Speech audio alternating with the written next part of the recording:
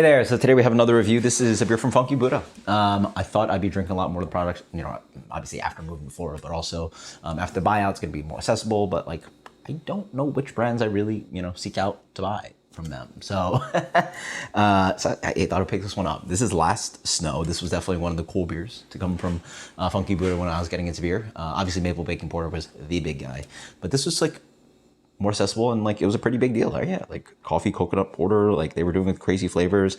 Man, a Funky Buddha, no crust, like just blew me away. Like, yeah, I went to Philly Beer Week, and like Funky Buddha just like blew us away, absolutely crazy. But hey, now we're like or like at least half a decade, almost a decade later, maybe even actually. Somewhere around there, and been bought out, blah blah. So let's see how this one tastes. I mean, 6.4%. Let's see if it holds up. Good coconut flavor, yeah. Yeah, I mean that's just really nice, kind of rich, toasted coconut, like the desiccated, like really. It's like it's almost if you made simple syrup out of like coconut. Yeah, it's like. It's got a nice nose to it. Hazelnuts come in too somehow. I guess the coffee, right? With the combination of the roasted malts from porter, so almond joy, hazelnut, has a good amount of that kind of latte Starbucks kind of note to it. Sweet, almost like not. There's no diacetyl in here, but it almost seems like a buttery kind of like a buttery biscuit with those flake coconut and chocolate and all that stuff. Pretty good nose, yeah.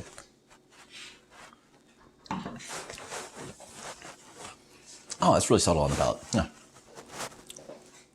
Really just not as lush as sort of the nose advertises. I mean, this was never like a huge like pastry stout. It's a 6.4, it's a porter, it's got coffee, it's got coconut, but I mean, I do have a little cooler. Yeah, a little bit cooler. So on the palate, whereas the nose, I get all this like desserty profile and all these really pretty kind of like sweet toasted coconut flavors. The palate's more coffee. So on the palate, I get one of those kind of like really nice kind of coffee porter. Surprised at 6.4. I mean, granted that's slightly elevated ABV, but I would have guessed this guy was like maybe 5. But I guess the coffee does come in and sort of like cut the beer. It gets really lingering roast. It sort of like dries out the beer really nicely. So the beer is actually not that sweet for a coffee coconut beer. Yeah, as it warms up, I still don't get much of that kind of like almond joy character that I like. You get hints of it linger around the back end, but really the coffee tends to dominate. And is there a reason for that? Oh wow, this is Best Buy next month. When was this made? Ah, that can is illegible. 11002.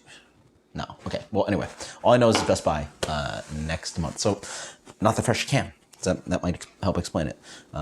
Picks it off the warm shelf. I mean, maybe the coconut is more fleeting of an adjunct than the coffees tend to dominate. This could be a 5-month-old can. Not sorted too well. I mean, it's a pretty good coffee porter, honestly. And the nose is quite nice, so yeah, good beer.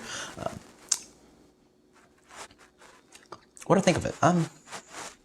It's fine. I mean, 6% if you like coffee porter with a little bit of like that kind of light nose, not like a nice nose of these kind of like desserty kind of coffee products. Like again, like you think of like coconut frappuccino or Dunkachino, like whatever those kind of like pumps of like latte kind of syrups and like all that stuff. Throw that in there. The nose just, I swear, it's not the acid or something, but it almost smells rancid. Like that could be the acid, but I don't know. The nose gets actually a little bit worse as you acclimate to the palate. It's fine. Like I've had a lot more great coffee character from other beers. Definitely more coconut and definitely coconut flavor.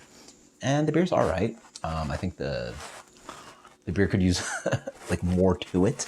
So, I mean, maybe this is what beer tastes like after a massive buyout. A really special beer at some point has become this. Maybe I'm wrong. Maybe this is palate shift. Or you can blame the brewery and the Constellation buyout. So either way, the beer gets a